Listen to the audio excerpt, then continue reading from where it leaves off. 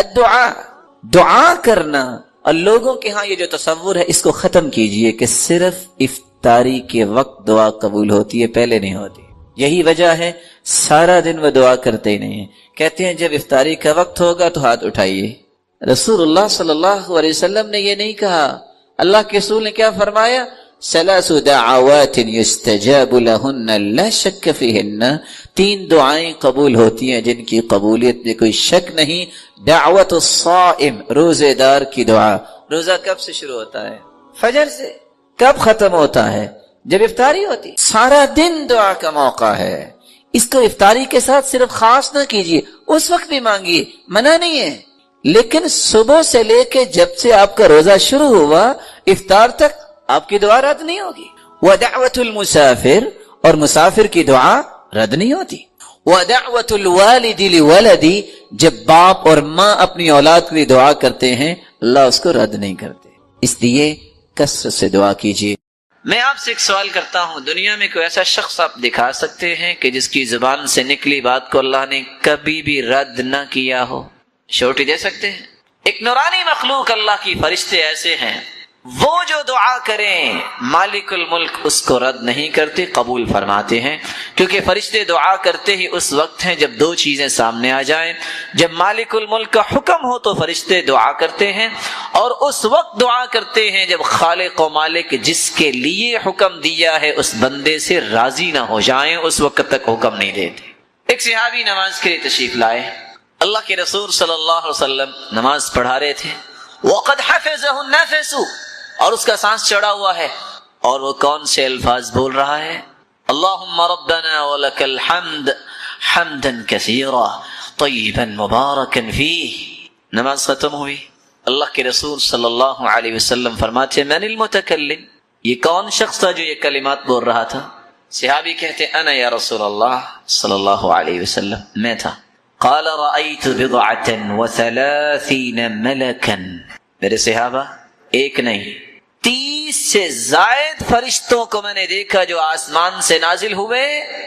یبتدرون ایہم یکتبها اول، ہر فرشتہ اس بات میں جلدی کر رہا تھا کہ ان الفاظ کو میں لکھ کر خالق و مالک کے سامنے پیش کرتا ہوں. جن کلمات کے لیے فرشتوں کا نزول ہو ان کلمات کو یاد کرنا مسلمان عیب سمجھے. ذرا اپنے ایمان کو چیک کر لے کہ اس کا ایمان کہاں تک پہنچا ہے اور اس کی کیفیت کیا ہے. اللہ تعالیٰ سے کوئی حاجت ہو تو مانگنے کا مصنون طریقہ کیا ہے؟ رسول اللہ صلی اللہ علیہ وسلم جب بھی دعا کرتے تو دعا کا ادب سکھایا. دعا کے چند آداب ہیں. کوئی بھی چیز مانگنی ہے تو آپ وضو کریں، فاحسن وضوء، اچھا وضو کریں. وضو کرنے کے بعد 2 رکعتیں پڑھیں. 2 رکعتیں پڑھنے کے بعد آپ دعا کریں. دعا کا طریقہ یہ نہیں ہے کہ آپ ہاتھ اٹھائیں اور دعا مانگنا شروع کر دیں.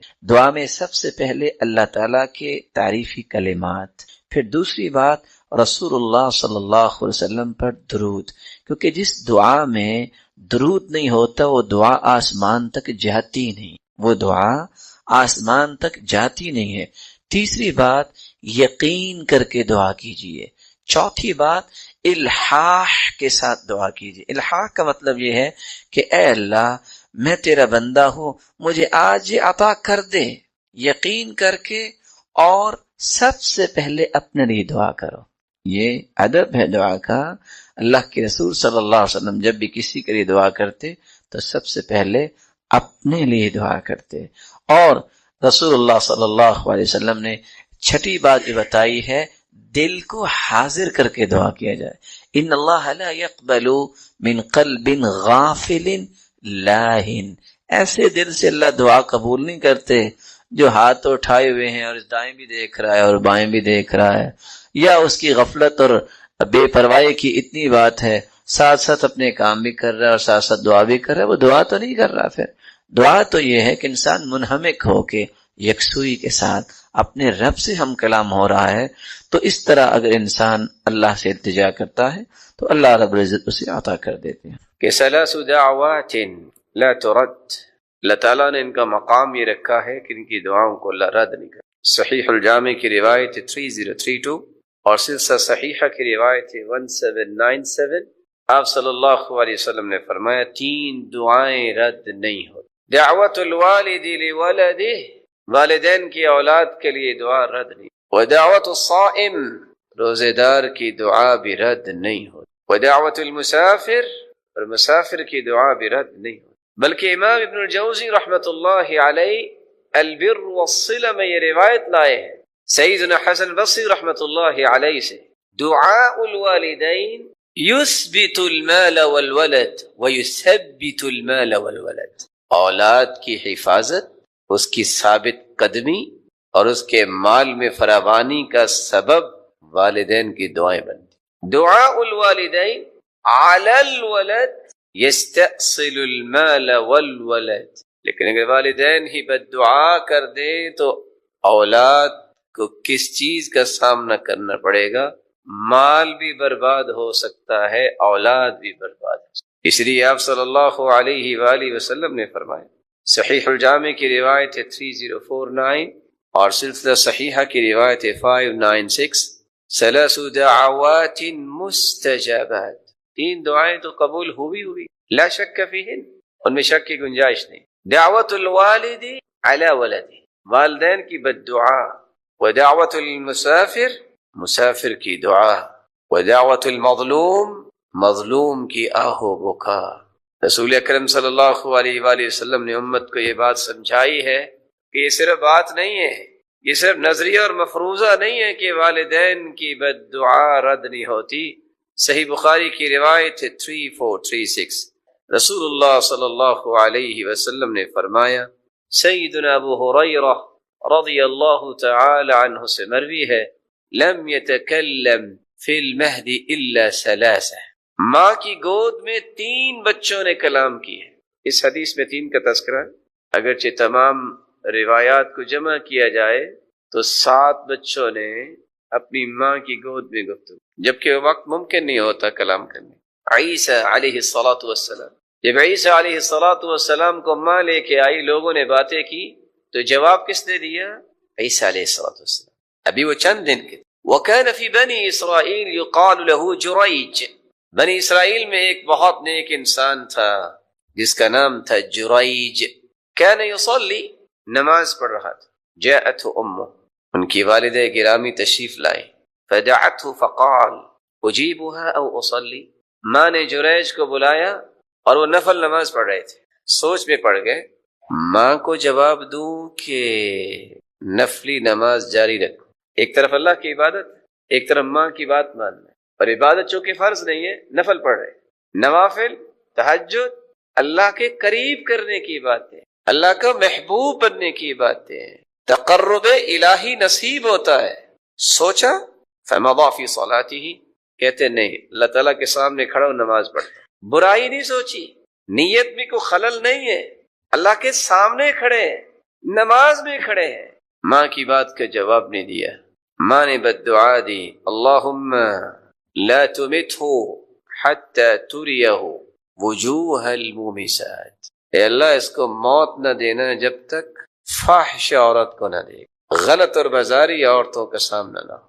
وَكَانَ جُرَيْجٌ فِي صَوْمَعَتِهِ، ایک کٹیا بنا کے عبادت میں مشغول رہنے والا یہ نیک اور صالح انسان، فَتَعَرَّضَتْ لَهُ امْرَأَةٌ وَكَلَّمَتْهُ فَأَبَى، ایک عورت بازاری آئی، اس نے برائی کا تقاضا کیا، اس اللہ کے ولی نے انکار کیا کہ یہ نہیں ہو سکتا۔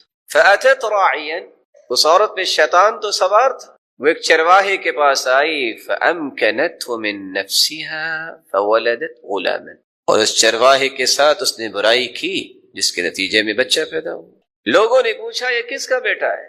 قالت من جریج، یہ جریج کا بیٹا۔ یہ وہ انتقام تھا جو اس کی برائی پہ اس اللہ کے نیک بندے نے لبیک نہیں کہا۔ جرم کس کا؟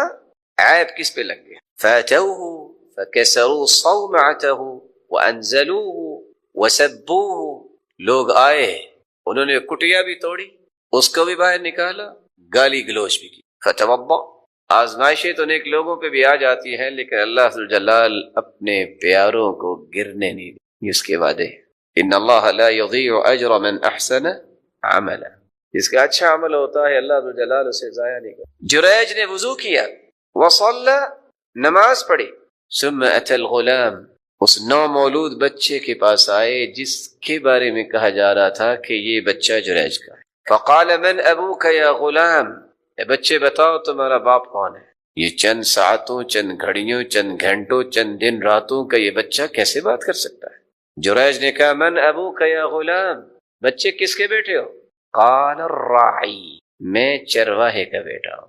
ماں کی گود میں بولا. قالوا نبنی صومعتک من ذهب، جب اس بچے نے کلام کی تو سب پریشان کہ ہم نے تو اس کو گالی بھی دی، ہم نے اس کی کٹیا بھی توڑ دی، اور ہم نے اس کو ذلیل بھی کرنا چاہا. سب لوگ جہاں شرمندہ ہوئے وہاں کہنے لگے کہ آپ کا یہ جو مکان ہے سونے کا بنا دیں.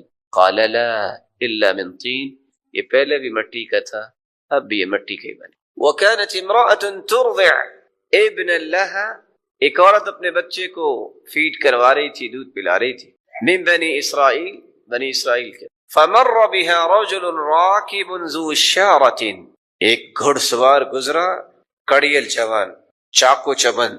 تو ماں نے دیکھتے ہی کہا اللہم اجعل ابنی مثلہ، یا اللہ میرے بیٹے کو بھی ایسا بنا دے. فترک ثدیها، تو اس بچے نے دودھ پیتے پیتے دودھ پینا چھوڑا. وَأَقْبَلَ عَلَى الرَّاكِبِ، اور جلدی سے گھڑ سوار کو دیکھا اور کیا کہتا ہے؟ اللہم لا تجعلنی مثلہ، دودھ پینے والا بچہ بول رہا ہے یا اللہ مجھے ایسا نہ بنانا. یا سبحان اللہ. ثم اقبل على ثديها يمصه، پھر دوبارہ اس نے دودھ پینا شروع کیا. قال ابو ہریرہ، سیدنا ابو ہریرہ رضی اللہ تعالی عنہ فرماتے ہیں کہ انی انظر الى النبی صلی اللہ علیہ وسلم یمص اصبع، آپ صلی اللہ علیہ وسلم نے سمجھانے کے لیے انگلی کا اشارہ کیا کہ دوبارہ اس نے اس طرح دودھ پینا شروع. ثم مر بأمہ فقالت، یہ بات تو ختم ہوئی تو ایک لونڈی گزری. تو ماں نے کہا اللہم لا تجعل ابنی مثل هذه، اے اللہ اس لونڈی کی طرح میرے بچے کو نہ بنا. فترک ثدیها، اس نے دوبارہ دودھ پینا چھوڑا. فقال، اور بول کے کہتے اللہم اجعلنی مثل، یا اللہ مجھے ایسا ہی بنا دے. یا سبحان اللہ.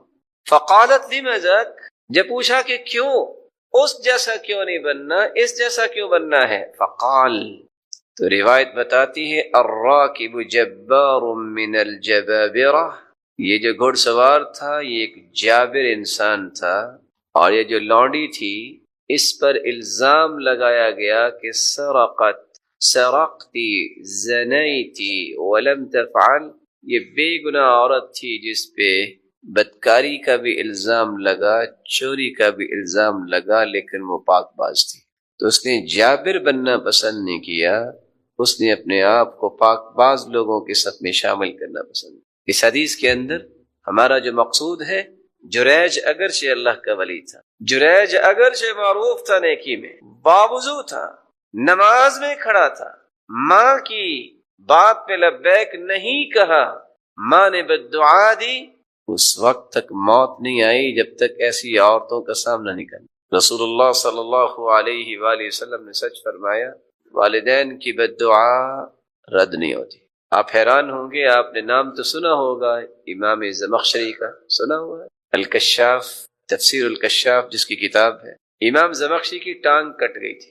کسی نے پوچھا کہ آپ تو اتنے بڑے امام ہیں، آپ کی ٹانگ کیسے کٹ گئی؟ امام ابن الجوزی رحمۃ اللہ علیہ سے کسی نے آ کے کہا نا کہ فلاں شخص کے اوپر گھر گر گیا ہے تو نہ جانے وہ بچائے کہ نہیں بچا. کہتے نہیں، وہ ضرور بچائے گا اللہ اسے.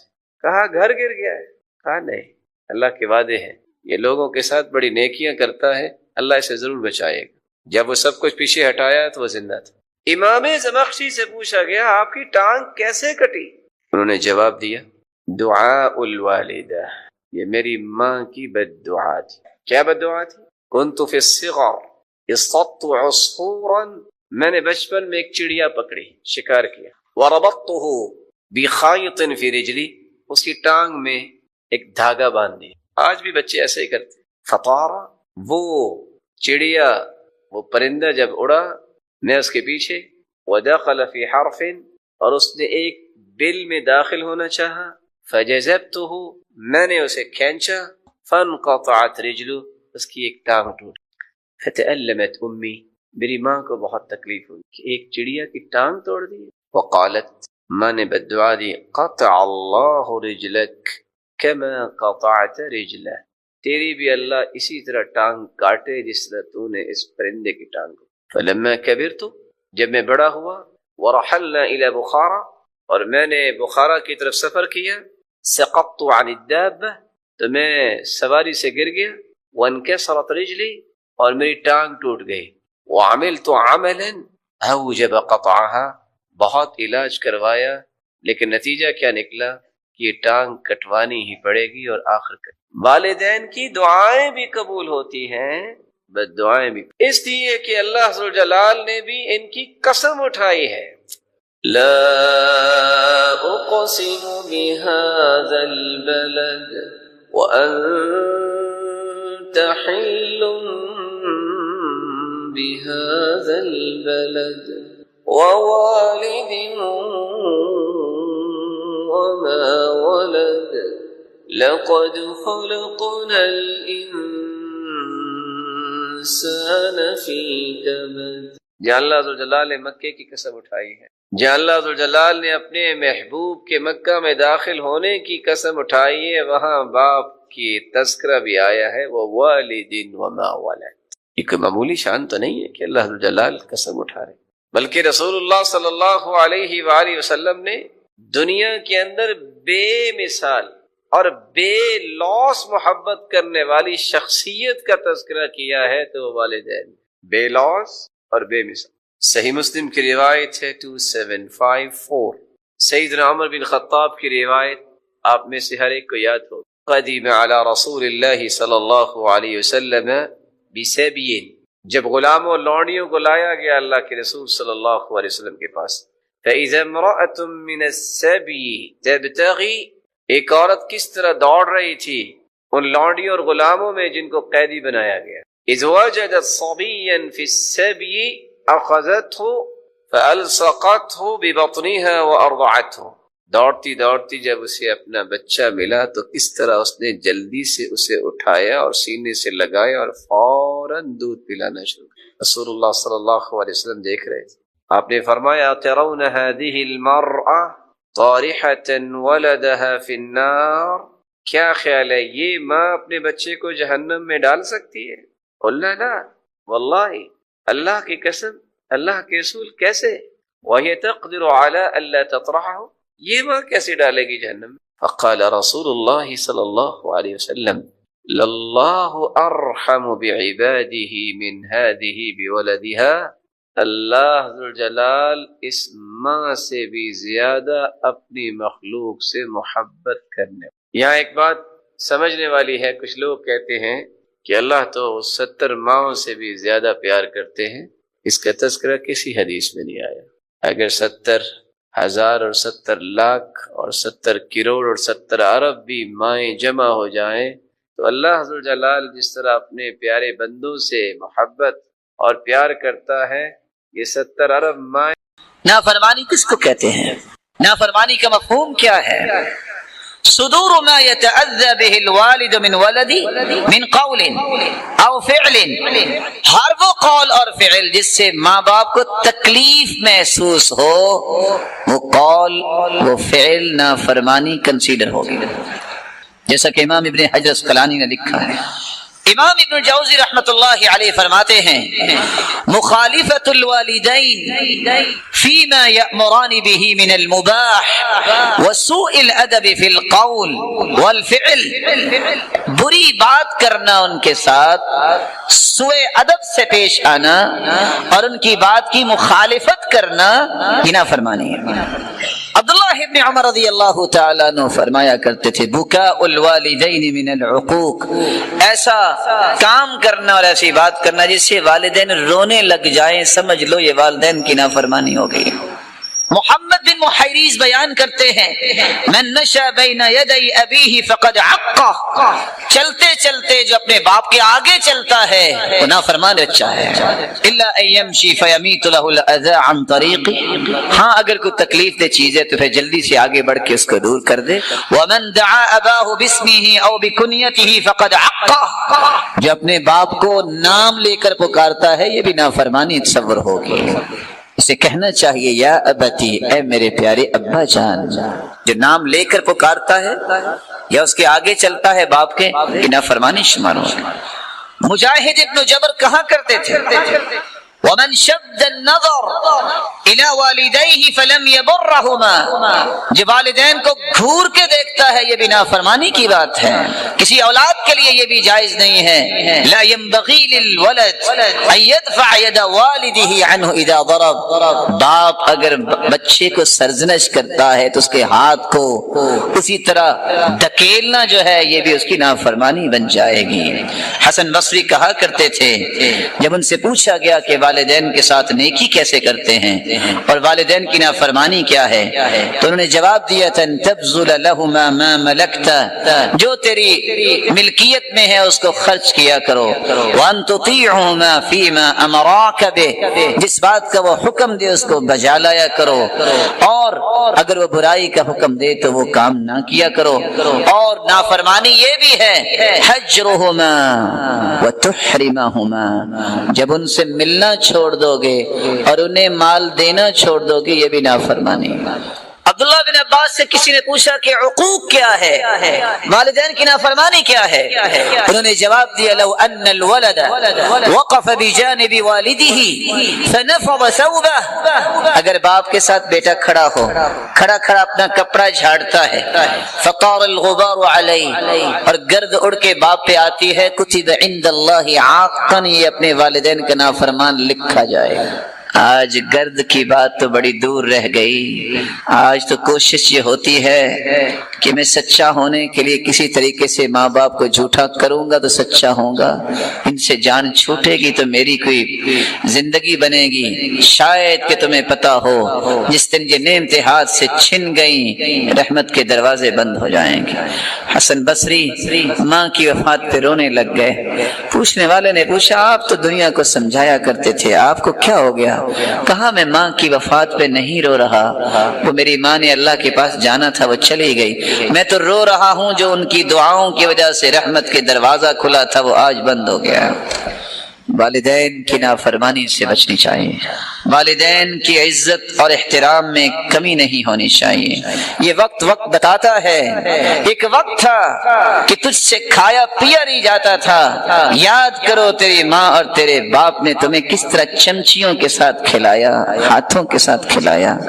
آج وقت ہے ان سے بھی حرکت نہیں ہوتی تو بدلہ ہی دے دو، کچھ زیادہ نہیں کر سکتے۔ یاد کرو تم سے اپنا لباس چینج نہیں کیا جاتا تھا، لیٹے لیٹے تمہیں لباس چینج کرواتے، آج بوڑھے ہو گئے ہیں، کم از کم ان کے پاس آ کے کچھ دھلا ہوا لباس ہی پیش کر دیا کرو۔ کس طرح تم لتھڑے ہوئے ہوتے تھے کھیلتے کھیلتے، کوئی محسوس نہیں ہوتا تھا نہ ماں کو نہ باپ کو۔ آج تمہیں کیوں یہ گھن آنا شروع ہو گئی ہے کہ میرے باپ اور ماں کو پتہ نہیں کیا ہو گیا ہے؟ کس طرح تجھے انگلی پکڑ کے چلایا اور پہلا قدم جب تم چلے تو کس طرح اس نے اللہ کا شکر ادا کیا، شرینیاں تقسیم کی۔ آج تم اس کا سہارا نہیں بن سکتے کہ اس نے مسجد جانا ہے تو خود لے کے جاؤ، کہیں جانا ہے تو اس کا اہتمام کر لو۔ یاد رکھنا کما تدین تدان، جیسا تم کرو گے ویسا ہی تمہاری اولاد تمہارے ساتھ کرے گی۔ حدیث کے الفاظ ہیں کہ ماؤں کی نافرمانی بھی حرام ہے۔ مردار نہیں کھائیں گے کیونکہ لوگ کہیں گے حرام کھا رہا ہے، لیکن ماؤں کو مار کے گھروں سے نکال دیں۔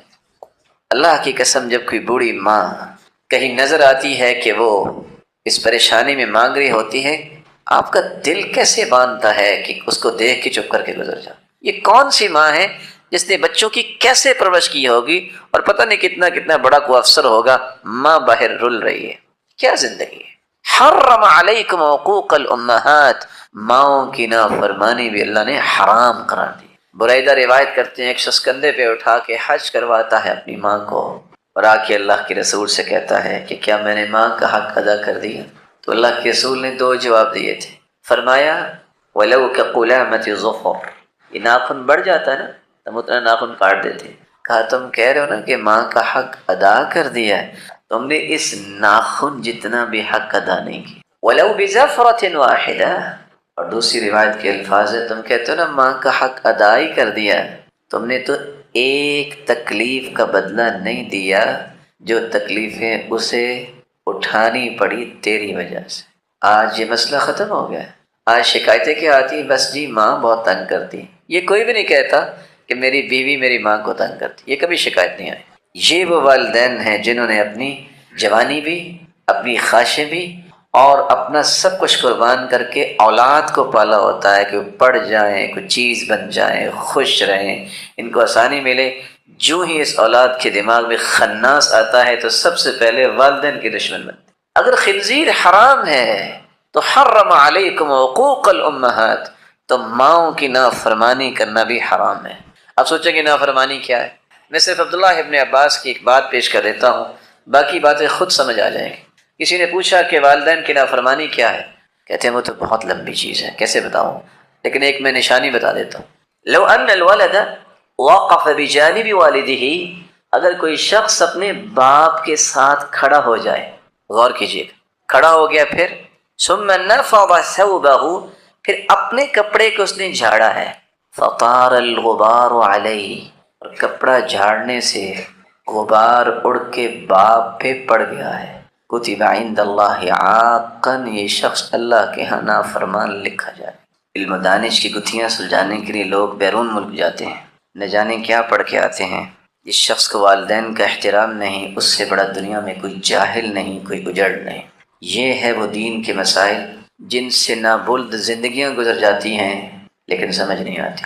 رسول اکرم صلی اللہ علیہ وسلم نے فرمایا تھا کہ جنت تمہارے ماں کے قدموں تلے ہے، اور باپ کے بارے میں فرمایا کہ یہ جنت کا درمیانہ دروازہ ہے، چاہو تو اسے ضائع کر لو، چاہو تو اس کی حفاظت کر لو۔ حقوق الامہات، ماؤں کی نافرمانی، یہ حرام ہے۔ آخری نقطہ، والدین کی نافرمانی سے بچاؤ کا طریقہ۔ بعض لوگوں کا یہ کہنا ہوتا ہے اب تو والدین رہے نہیں، اب ان کے ساتھ کیا ہو سکتا ہے۔ صحابی ابو اسعید مالک بن ربیعہ الساعدی رضی اللہ تعالیٰ عنہ روایت کرتے ہیں، یہ سنن ابی داود کی روایت ہے 5142، اگرچہ علماء نے اس میں کلام کی ہے۔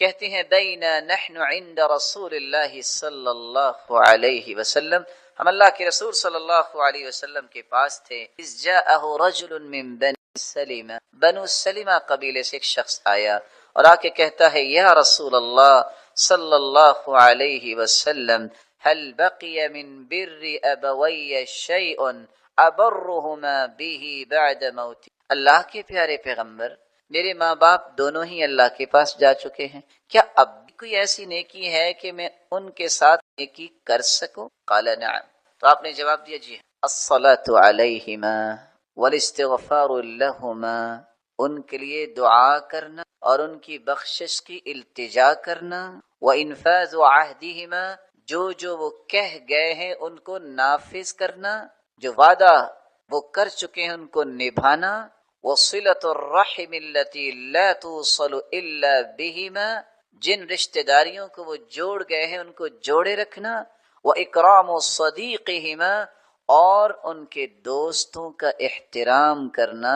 ان سارے اعمال سے نیکی تو اپنے والدین کے ساتھ کر سکتے۔ آپ صلی اللہ علیہ وآلہ وسلم نے یہ جو بات بیان کی ہے، ایک دوسری حدیث میں آتا ہے ان الرجل لترفع درجته فی الجنہ، ایک آدمی کا درجہ قیامت کے دن بلند ہوگا، وہ کہے گا یا ربی ما ھذا، اللہ یہ کیا ہے، انا عارف اعمالی، میں جانتا ہوں میرے عمل کیا ہے، یہ درجہ مجھے کیسے مل گیا، یہ عمل تو میں نے نہیں کیا تھا۔ جواب ملے گا باستغفاری ولدک لک، تیری اولاد نے تیرے لیے بخشش کی، اس دعا کی وجہ سے ہم نے تیرا درجہ بلند کر۔ کتنا خوش نصیب انسان ہے جس کی اولاد اس کے لیے دعا کرے، اور کتنا بد نصیب انسان ہے کہ جو اولاد کو اتنی بھی تعلیم نہیں دیتا کہ اس کے مرنے کے بعد اس کے لیے دعا ہی کر سکے، ہاتھ ہی اٹھا سکے۔ آپ صلی اللہ علیہ وآلہ وسلم نے یہ جو فرمایا ہے کہ اس کے لیے دعا کرنا، قیامت کے دن نیکیوں کا پہاڑ آئے گا اور نامہ اعمال میں شامل ہوگا، اللہ یہ کس چیز کا پہاڑ نیکیوں کا بن گیا؟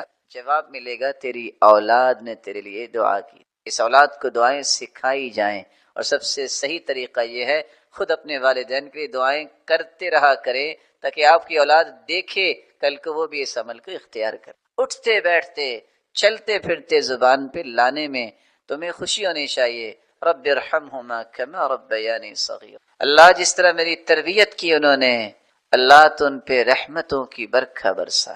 عبداللہ ابن عمر رضی اللہ تعالیٰ عنہ جا رہے ہیں، اچانک ایک شخص ملا، معانقہ کیا، اپنی پگڑی اتار کے اس کے سر پہ رکھی، گدھے کی سواری تھی وہ بھی اس کے حوالے کر دی۔ ساتھی کون ہے؟ وَإِنَّهُ لَيَرْضَى بِيَسِيرٍ، تو تھوڑی بات پہ بھی راضی ہو سکتا تھا، دیہاتی آدمی۔ کہا جانتے ہو یہ میرے باپ عمر کے دوست کا بیٹا ہے، اور حکم یہ ہے کہ تم باپ کے دوستوں کی خدمت کرو گے تو اجر تمہیں اتنا ہی ملے گا جتنا تم نے باپ کی خدمت۔ آپ صلی اللہ علیہ وآلہ وسلم نے فرمایا اگر باپ دنیا میں نہیں ہے تو آپ باپ کے بھائیوں کے ساتھ جو نیکی کرو گے اجر تمہارے باپ کو ملے گا، اس کے ساتھ گویا تم نیکی کر رہے ہو۔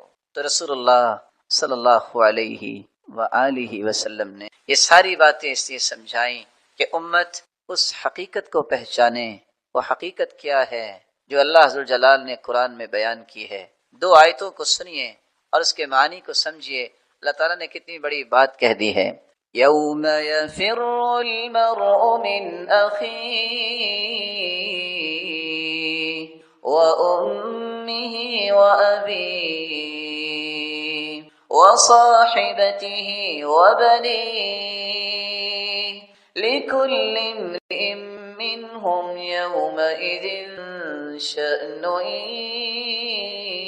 يغنيه۔ قیامت کی ہولناکیاں اتنی سخت ہوں گی، بھائی بھائی سے دوڑ جائے، ماں باپ سے اولاد دوڑ جائے گی، بیوی سے خامد دوڑ جائے، کہے گا لستی زوجتی، تم میری بیوی نہیں، اور بیوی کہے گی لست زوجی، تم میرے خامد نہیں، آج اپنے حساب خود دو۔ اولاد کا انکار کر دے گا انسان، آج میں تیرے کام نہیں آ سکتا۔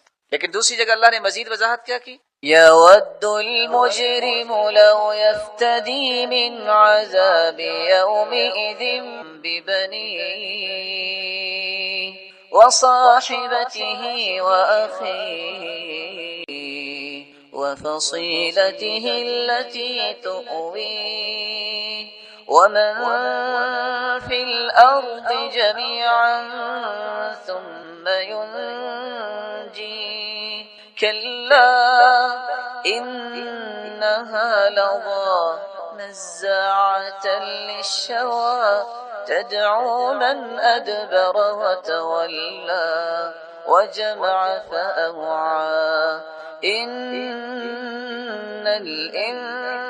الإنسان خلق هلوعا إذا مسه الشر جزوعا وإذا مسه الخير منوعا إلا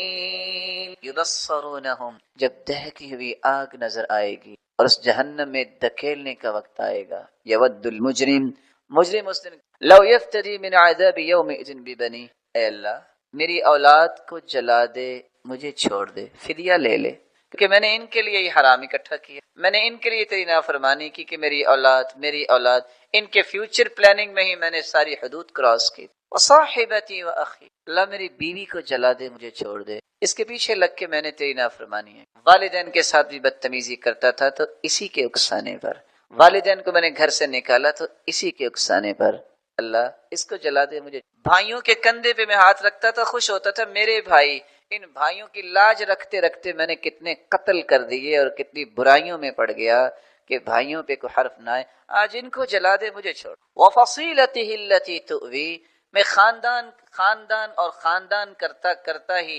برائیوں کی دلدل میں پھنس گیا، میرا خاندان اس تکبر نے مجھے برباد کر دیا، آج سارا خاندان میرا جلا دے، مجھے چھوڑ دے۔ وَمَن فِي الْأَرْضِ جَمِيعًا ثُمَّ يُنْجِيهِ، اللہ پھر بھی راضی نہیں، جتنی دنیا تھی سب کو جلا دے، مجھے چھوڑ۔ اب غور کیجئے گا، بندہ وہاں چاہے گا اولاد بھی جل جائے، بیوی بھی جل جائے، بھائی بھی جل جائیں، خاندان بھی جل جائے، ساری دنیا جل جائے، لیکن وہاں یہ نہیں کہے کہ میرے ماں باپ کو جلا دے، چھوڑ دے۔ مفسرین کیا کہتے ہیں، اگر وہ کہہ دیتا کہ مجھے چھوڑ دے، میرے ماں باپ کو جلا دیں، تو اللہ نے اسے سب سے پہلے جہنم میں ڈالنا تھا۔ کیوں؟ جس کی وجہ سے تم دنیا میں آئے، تم اس کے ساتھ ہی وفا نہیں کر رہے، تو تیرے ساتھ وفا کا حق کیا بنتا؟ لیکن اللہ عز و جلال فرمائیں گے ہرگز نہیں، انہا لظا، یہ دہتی ہوئی آگ ہے، یہ چمک کو ادھیڑ دینے والی، اور یہ ہے اس شخص کے لیے جس کو بس ایک ہی فکر تھی کہ میں نے مال جمع کرنا ہے اور اسے گننا ہے، اور جب بھی اللہ اور اس کے رسول کی بات آتی ہے منہ پھیر لیتا ہے۔ وَجَمْعَ فَأَوْعَى أَدْبَرَ وَتَوَلَّى، یہ منہ پھیر لیتا ہے، پرواہ ہی نہیں کرتا، آج یہ اس کا نتیجہ ہے۔ اللہ فرما بردار کیسے بنایا جائے؟ اولاد کی فرما برداری کے لیے 3 کام کر لیے جائیں۔ سب سے پہلے آپ خود اللہ کے فرما بردار بنیں۔ اگر ہم اللہ کے فرما بردار بنیں گے تو دنیا جو سب سے پہلے اولاد ہے، اللہ اس کو ہماری فرما بردار بنائے گی۔ اگر والدین کے فرما بردار ہم ہیں تو ہماری اولاد بھی فرما بردار بنے گی۔ دوسری بات، میں اگر اپنے والد اور والدہ کا فرما بردار نہیں، پوری زندگی اپنے ماتھے کو گسالوں میں اپنی زمین پہ لگا لگا کے میری اولاد میرے کہے نہیں مانے گی۔ یہ فرما برداری یہ اللہ تعالیٰ کے قانون ہے۔ سب سے پہلے اللہ کے فرما بردار بنیے، پھر اپنے والدین کے فرما بردار بنیے، اور تیسری بات دعا کیجیے۔ رسول اللہ صلی اللہ علیہ وسلم نے فرمایا 3 دعائیں ایسی ہیں جو قبول ہوتی ہیں جن میں شک نہیں ہے۔ دعوت الوالد لولدی، جب اولاد کے لیے والدین دعا کرتے ہیں تو اللہ رب العزت رد نہیں کرتے۔ اولاد کو آج کل کے فتنوں سے کیسے بچایا جائے؟ پہلے خود بچا جائے، اور ان فتنوں کے بارے میں سب سے پہلے آگاہی خود ہو۔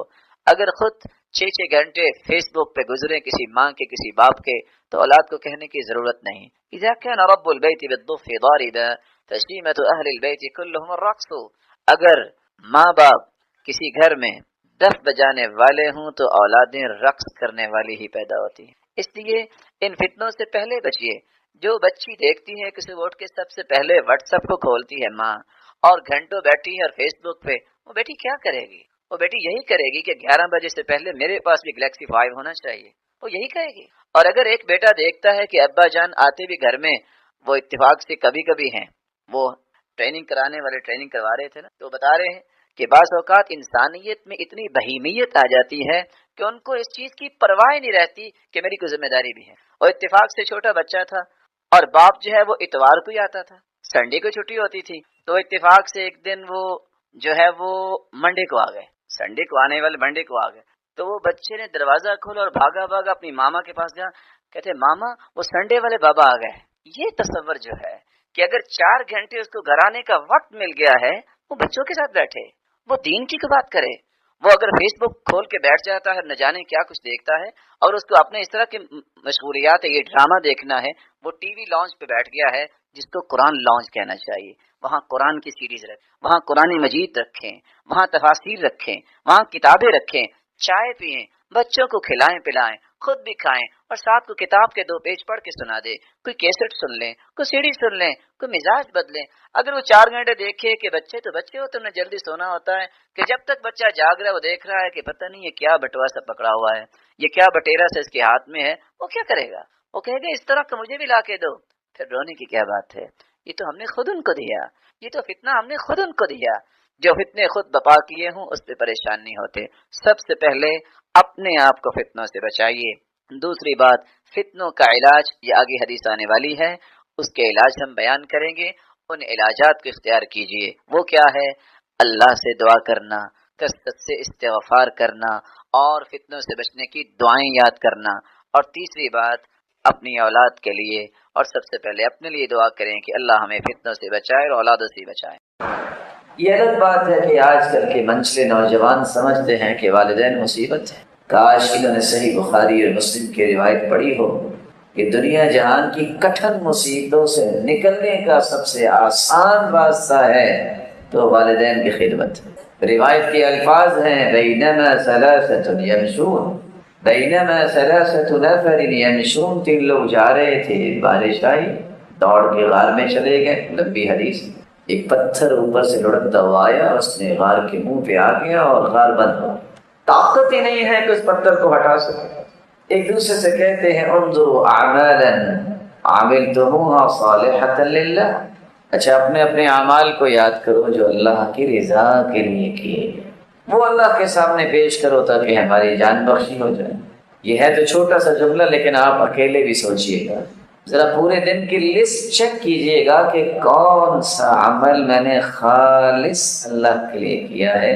آپ کو خود سمجھ آئے گی کہ کتنے اعمال، اگر دل زندہ ہے۔ کبھی نکلے گا کہ فلاں کی وجہ سے فلاں ناراض نہ ہو جائے، فلاں راضی رہے، خالص اللہ کی رضا کے لیے عمل۔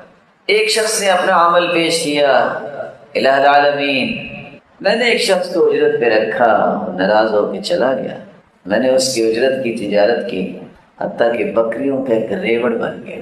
اسے پھر ضرورت آئی، وہ آ کے کہتا ہے کہ میری اجرت دو، تو میں نے اسے کہا یہ جو بکریوں کا یہ جانوروں کا ریوڑ ہے یہ آپ کا ہی ہے۔ اس نے کہا مذاق کر رہے ہو؟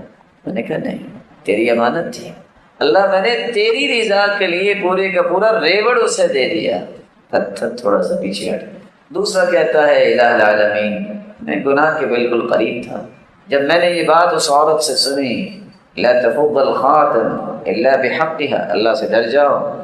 الہ العالمین، میں نے پیسے بھی نہیں لیے، گناہ بھی اس لیے چھوڑا تیرا خوف آ گیا، اگر تیری رضا کے لیے میں نے ایسا کیا تو مصیبت سے مجھے نجات دے دے۔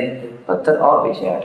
تیسرا شخص کہتا ہے اللہ، میں روزانہ جب بھی آتا تھا دودھ لے کے تو سب سے پہلے والدین کو پلاتا تھا، جب ایک دن میں لیٹ ہوا فوجدتهما نائمین، تو والدین سو چکے تھے، کرہت ان اوقظهما من نومهما، میں نے ان کو نیند سے بیدار کرنا مناسب نہیں سمجھا، ان کے آرام میں خلل نہ آ جائے۔ والصبیۃ یتزاحون عند قدمی، بچے میری ٹانگوں کے ساتھ لپٹتے رہے کہ ہمیں دودھ دیا جائے، میں نے دودھ نہیں پلایا جب تک کہ صبح نہیں ہوگی، پہلے والدین کو دی۔ الہ العالمین، اگر تیری رضا کے لیے میں نے والدین کو یہ مقدم کیا ہے تو ان پریشانیوں سے آزاد کر دے۔ پتھر ہٹ گیا اور تینوں ہی ازدواج سے آزاد ہو۔ نہیں تجربہ تو کر کے دیکھیے گا، جب کسی مشکل میں پھنس جاؤ تو اللہ عز و جلال کے سامنے گر جاؤ سجدے میں، اور اگر والدین زندہ ہیں تو سب سے پہلے اللہ عز و جلال کے سامنے سجدہ کرنے کے بعد کسی اور کام سے پہلے اپنے والدین سے دعا کرواؤ اور ان کی خدمت کرو اور ان پہ خرچ کرو، آپ کے لیے آسانیوں کی راہیں آسان ہو جائیں۔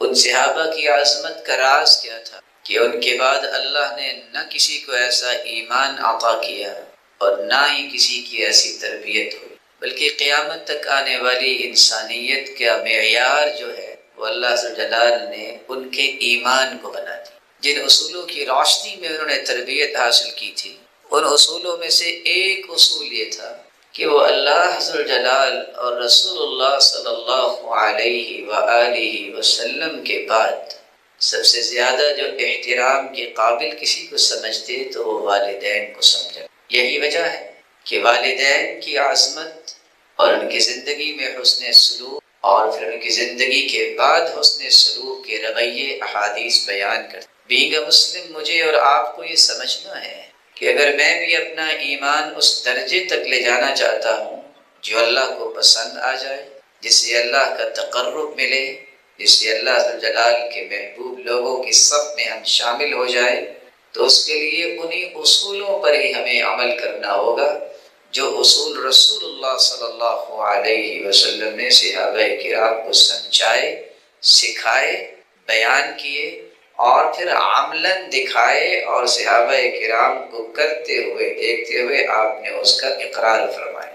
والدین ایک ایسی نعمت ہے جن کے چلے جانے کے بعد کوئی شخص یہ نہیں کہہ سکتا کہ اللہ آپ کو نعم البدل عطا کرے، کیونکہ نعم البدل اس کا اللہ نے بنایا ہی نہیں۔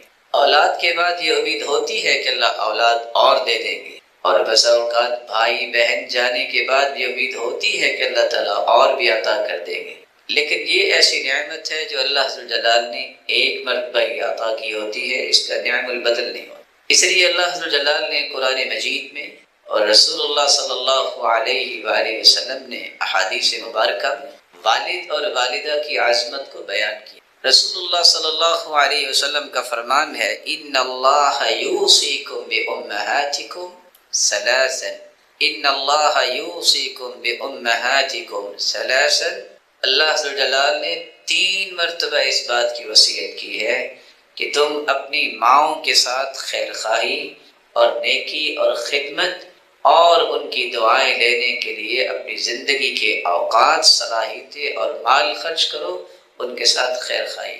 پھر تیسری مرتبہ فرمایا ان اللہ یوصیکم بآبائکم، اللہ تعالیٰ تمہیں وصیت کرتے ہیں کہ تم اپنے والد کا بھی خیال رکھو۔ ان اللہ یوصیکم بالاقرب فالاقرب، یہ 2 ہستیاں جب ان کے ساتھ آپ زندگی کا سب سے اچھا سلوک کر لیں تو اس کے بعد درجہ آتا ہے کسی اور رشتے کا، وہ بہن بھائی ہو، وہ اولاد ہو، وہ بیوی ہو، یہ سب رشتے والدین کے بعد آتے ہیں۔ رسول اکرم صلی اللہ علیہ وآلہ وسلم کی اس وصیت کا معنی یہ نکلا کہ دنیا کے اندر سب سے بڑی خیر خواہی کا مستحق اگر کوئی ہے تو وہ انسان کے والدین، اور کیوں نہ ہو، کیونکہ اللہ عز و جلال نے قرآن مجید میں 2 جگہوں پہ ایک ایسی بات بیان کر دی ہے جس کو سمجھنے سے انسان کو اندازہ ہو سکتا ہے کہ سب سے زیادہ حقوق ان ہستیوں کے کیوں رہے۔ وَوَصَّيْنَا الْإِنسَانَ بِوَالِدَيْهِ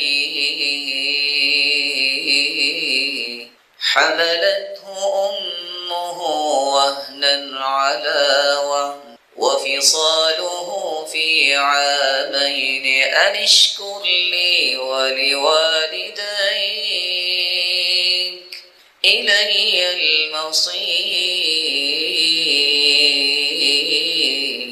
وَوَصَّيْنَا الْإِنسَانَ بِوَالِدَيْهِ، ہم نے انسان کو وصیت کی ہے کہ زندگی میں اگر اللہ اور اس کے رسول کے بعد، دین اور شریعت اور قرآن کے بعد سب سے زیادہ اہتمام کے لائق ہے تو وہ والدین۔ کس طرح مصائب اور آلام سے گزرتے ہوئے ماں جو ہے بچے کو اٹھاتی ہے اور کس طرح اس کی پرورش کرتی ہے، یہ وہی جانتی ہے، یا انسان ان احادیث کی روشنی میں سمجھ سکتا ہے جو رسول اللہ صلی اللہ علیہ وسلم نے بیان کی۔ تو جہاں اللہ عز و جلال نے اس کی باقاعدہ وصیت کی ہے اور رسول اکرم صلی اللہ علیہ وسلم نے بھی اس بات کی وصیت کی ہے کہ اللہ عز و جلال وصیت کرے، اس کی عظمت اس سے بڑھ کے کیا ہو سکتی ہے کہ انبیاء علیہم الصلاۃ والسلام کی بنیادی ذمہ داریوں میں اس ذمہ داری کو بھی اللہ نے شامل کر دیا۔ قال انی عبد اللہ آتانی الکتاب وجعلنی نبیا وجعلنی مبارکا اینما کنت وأوصاني بالصلاة والزكاة ما دمت حيا وبرا بوالدتي ولم يجعلني جبارا شقيا والسلام علي يوم ولدت ويوم أموت ويوم أبعث حيا۔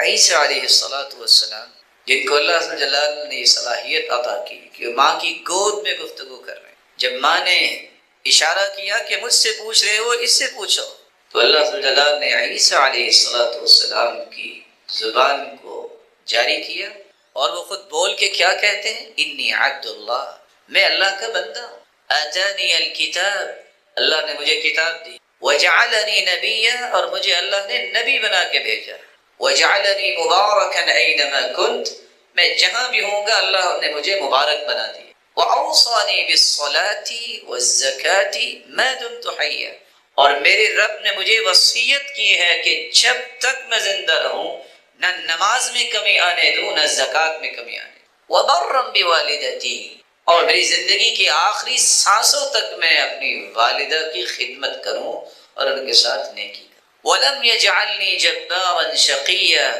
اور میرے رب نے مجھے بدبخت نہیں بنایا۔ علماء امت اس آیت کی روشنی میں فرماتے ہیں جس شخص کے اوپر بدبختی چھا چکی ہو اسے فوراً اپنے والدین کے معاملات میں غور کرنا چاہیے کہ میں ان سے زیادتی تو نہیں کر رہا، ان کی خدمت میں کمی تو نہیں کر رہا۔ یہ بار بار جو بدبختی چھا رہی ہے، محرومیاں آ رہی ہیں اور نحوستیں آ رہی ہیں، وَلَمْ يَجْعَلْنِي جَبَّارًا شَقِيًّا، شقاوت اور بدبختی سے بچنے کا ایک ہی راستہ ہے کہ اپنی ماں کی خدمت میں کمی ہے اس کو پورا کیجیے اور ماں کی دعائیں لینا شروع کیجیے، اللہ یہ بدبختیاں اس سے دور کرتے ہیں۔ روئے زمین پر یہ واحد رشتہ ہے جو بے لوث بھی ہے اور بے مثال بھی ہے۔